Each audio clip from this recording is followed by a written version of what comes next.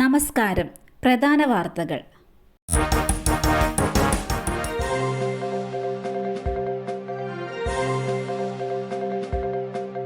എം.ടി. വാസുദേവൻ നായരുടെ നില ഗുരുതരമായി തുടരുന്നു. എഴുത്തുകാരൻ എം.ടി. വാസുദേവൻ നായരുടെ നില ഗുരുതരമായി തുടരുന്നു. ബേബി മെമ്മോറിയൽ ആശുപത്രി മെഡിക്കൽ ബുള്ളറ്റിൻ പുറത്തിറക്കി. ഹൃദയസ്തംഭനം ഉൾപ്പെടെ ഗുരുതര ആരോഗ്യ പ്രശ്നങ്ങളുണ്ടെന്ന് മെഡിക്കൽ ബുള്ളറ്റിനിൽ പറയുന്നു. കാർഡിയോളജി വിഭാഗത്തിലെ വിദഗ്ധ ഡോക്ടർമാരുടെ സംഘം ചികിത്സ നൽകി വരികയാണ്.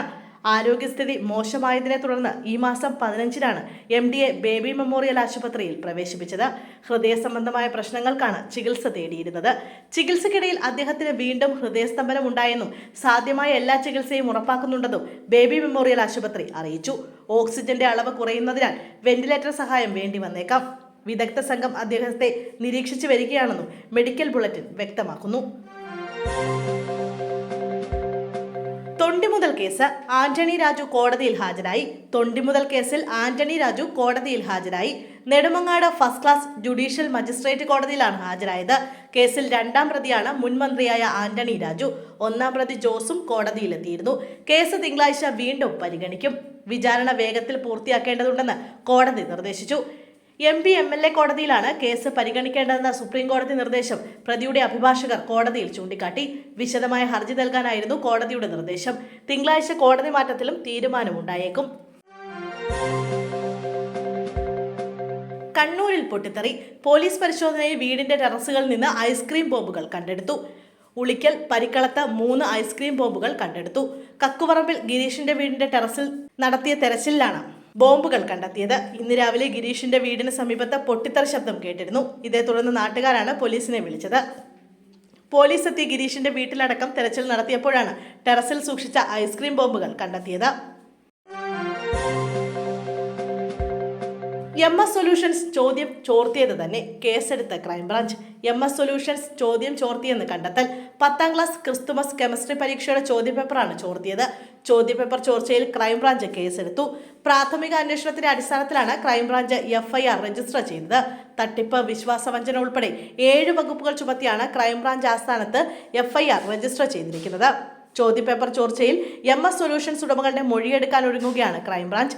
വിദ്യാഭ്യാസ വകുപ്പിലെ ഉദ്യോഗസ്ഥരുടെയും നേരത്തെ പരാതി നൽകിയ അധ്യാപകരുടെയും മൊഴിയെടുപ്പ് പൂർത്തിയായതിനു പിന്നാലെയാണ് അന്വേഷണ സംഘത്തിന്റെ നീക്കം. മറ്റ് സ്വകാര്യ ട്യൂഷൻ സ്ഥാപനങ്ങളുടെ പ്രവർത്തനങ്ങളും അന്വേഷണ സംഘം വിശദമായി പരിശോധിക്കുന്നുണ്ട്. ഇവയുമായി സഹകരിക്കുന്ന അധ്യാപകരുടെ മൊഴിയും രേഖപ്പെടുത്തും. നിക്ഷേപ തുക തിരികെ ലഭിച്ചില്ല. സഹകരണ ബാങ്കിന് മുന്നിൽ നിക്ഷേപകൻ ജീവനൊടുക്കി. ഇടുക്കി കട്ടപ്പനയിൽ സഹകരണ ബാങ്കിന് മുന്നിൽ നിക്ഷേപകൻ ജീവനൊടുക്കി. കട്ടപ്പന മുളങ്ങാശ്ശേരിയിൽ സാബുവാണ് ബാങ്കിന് മുന്നിൽ വെച്ച് ആത്മഹത്യ ചെയ്തത്. കട്ടപ്പന റൂറൽ ഡെവലപ്മെന്റ് കോഓപ്പറേറ്റീവ് സൊസൈറ്റിക്ക് മുമ്പിലാണ് ആത്മഹത്യ. തൂങ്ങിമരിച്ച നിലയിലാണ് സാബുവിനെ കണ്ടെത്തിയത്. നിക്ഷേപ തുക തിരികെ ആവശ്യപ്പെട്ട സാബു ഇന്നലെ ബാങ്കിലെത്തിയിരുന്നു. എന്നാൽ നിക്ഷേപ തുക തിരികെ ലഭിച്ചില്ല. ഇതേ തുടർന്നാണ് ആത്മഹത്യയെന്നാണ് വിവരം.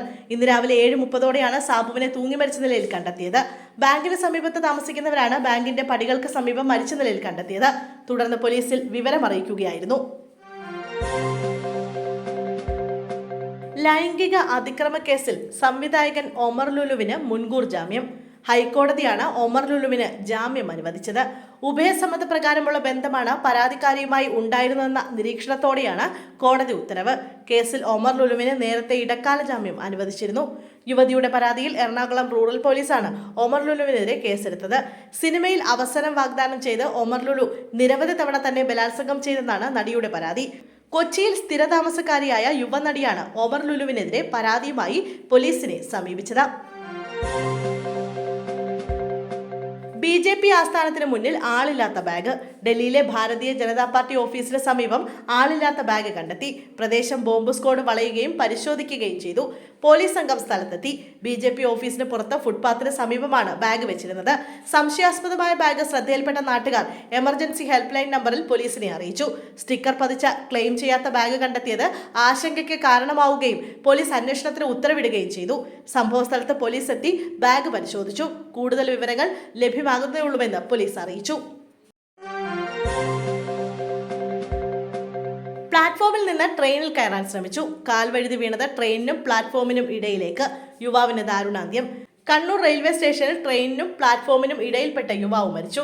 കണ്ണൂർ എറണാകുളം ജംഗ്ഷൻ ഇന്റർസിറ്റി എക്സ്പ്രസിൽ കയറാൻ ശ്രമിക്കുന്നതിനിടെയാണ് അപകടം സംഭവിച്ചത്. ഗുരുതരമായി പരിക്കേറ്റ യുവാവിനെ ഉടനെ ആശുപത്രിയിലേക്ക് കൊണ്ടുപോയെങ്കിലും രക്ഷിക്കാനായില്ല. മരിച്ചയാളെ ഇതുവരെ തിരിച്ചറിഞ്ഞിട്ടില്ല. ഓടിക്കൂടിയ യാത്രക്കാരാണ് ഇദ്ദേഹത്തെ ട്രെയിനിനും പ്ലാറ്റ്ഫോമിനും ഇടയിൽ നിന്ന് വലിച്ചു പുറത്തെടുത്തത്. പിന്നീട് ജില്ലാ ആശുപത്രിയിലേക്ക് മാറ്റുകയായിരുന്നു. കാറിലുണ്ടായിരുന്നത് ഒരു കുട്ടിയടക്കം 6 പേർ. ശബരിമല തീർത്ഥാടകരുടെ കാർ മറിഞ്ഞുണ്ടായ അപകടത്തിൽ ഒരാൾക്ക് ദാരുണാന്ത്യം. ശബരിമല തീർത്ഥാടകരുടെ കാർ മറിഞ്ഞുണ്ടായ അപകടത്തിൽ ഒരാൾ മരിച്ചു. ബാബുവാണ് മരിച്ചത്. 68 വയസ്സായിരുന്നു. കാറിലുണ്ടായിരുന്ന ശശി, അർജുനൻ എന്നിവർക്ക് ഗുരുതരമായി പരിക്കേൽക്കുകയും ചെയ്തു. അട്ടത്തോടിനും ചാലക്കയത്തിനും ഇടയിലാണ് അപകടമുണ്ടായത്. ചങ്ങനാശ്ശേരി സ്വദേശികളാണ് കാറിലുണ്ടായിരുന്നത്. ഒരു കുട്ടിയടക്കം 6 പേർ കാറിലുണ്ടായിരുന്നു. പരിക്കേറ്റ മറ്റുള്ളവരെ കോട്ടയം മെഡിക്കൽ കോളേജ് ആശുപത്രിയിലേക്ക് മാറ്റി. മൃതദേഹം ആശുപത്രി മോർച്ചറിയിൽ സൂക്ഷിച്ചിരിക്കുകയാണ്. പോസ്റ്റ്മോർട്ടത്തിന് ശേഷം കുടുംബത്തിന് വിട്ടു നൽകും. വാക്കത്തിയും വടിവാളും ഉപയോഗിച്ച് മുഖത്തും ശരീരത്തും മാറി മാറി വെട്ടി. DMK നേതാവിന്റെ കൊലപാതകത്തിൽ പകരം വീട്ടി സഹോദരൻ. തമിഴ്നാട് തിരുനെൽവേലിയിലെ കോടതിക്ക് മുന്നിൽ യുവാവിനെ വെട്ടിക്കൊന്നു. 4-അംഗ സംഘമാണ് പോലീസ് നോക്കി നിൽക്കെ യുവാവിനെ ആക്രമിച്ചത്. DMK നേതാവിന്റെ കൊലപാതകത്തിന് പകരം വീട്ടിയതെന്നാണ് പോലീസിന്റെ നിഗമനം. കഴിഞ്ഞ വർഷം DMK പ്രാദേശിക നേതാവ് രാജാമണി കൊല്ലപ്പെട്ട കേസുമായി ബന്ധപ്പെട്ടാണ് തിരുനെൽവേലി സ്വദേശിയായ മായാണ്ടി പാളയംകോട്ട കോടതിയിലെത്തിയത്. രാവിലെ 10:15 കോടതിക്ക് സമീപം നിൽക്കുമ്പോൾ കാറിലെത്തിയ 4-അംഗ സംഘം മായാണ്ടിയെ ആക്രമിക്കുകയായിരുന്നു. ഓടി രക്ഷപ്പെടാൻ ശ്രമിച്ചെങ്കിലും അക്രമികൾ ഗേറ്റിന് സമീപത്ത് വെച്ച മായാണ്ടിയെ വെട്ടി വീഴ്ത്തി. വാക്കത്തിയും വടിവാളും ഉപയോഗിച്ച് മുഖത്തിനും ശരീരത്തിനും മാറി മാറി വെട്ടുകയായിരുന്നു. പോലീസ് ഓടിയെത്തും മുമ്പേ 3 പേർ കാറിൽ കയറി രക്ഷപ്പെട്ടെങ്കിലും രാമകൃഷ്ണൻ എന്നയാളെ അഭിഭാഷകൻ പിടിച്ചു നിർത്തി. മായാണ്ടി സംഭവ സ്ഥലത്ത് വെച്ച് തന്നെ മരിച്ചു. 3 സംഘങ്ങളായി തിരിഞ്ഞ് പോലീസ് നടത്തിയ പരിശോധനയിൽ തിരുനെൽവേലി സ്റ്റേഷൻ പരിധിയിൽ നിന്ന് തന്നെ ശിവ, മനോരാജ്, തങ്കമഹേഷ് എന്നീ പ്രതികൾ പിടിയിലായി. രാജാമണിയുടെ സഹോദരൻ നൽകിയ കൊട്ടേഷൻ പ്രകാരമാണ് ആക്രമണമെന്നാണ് നിഗമനം. പോലീസ് സുരക്ഷയുള്ളിടത്ത് നടന്ന കൊലപാതകത്തിനെതിരെ അഭിഭാഷകർ പ്രതിഷേധിച്ചു.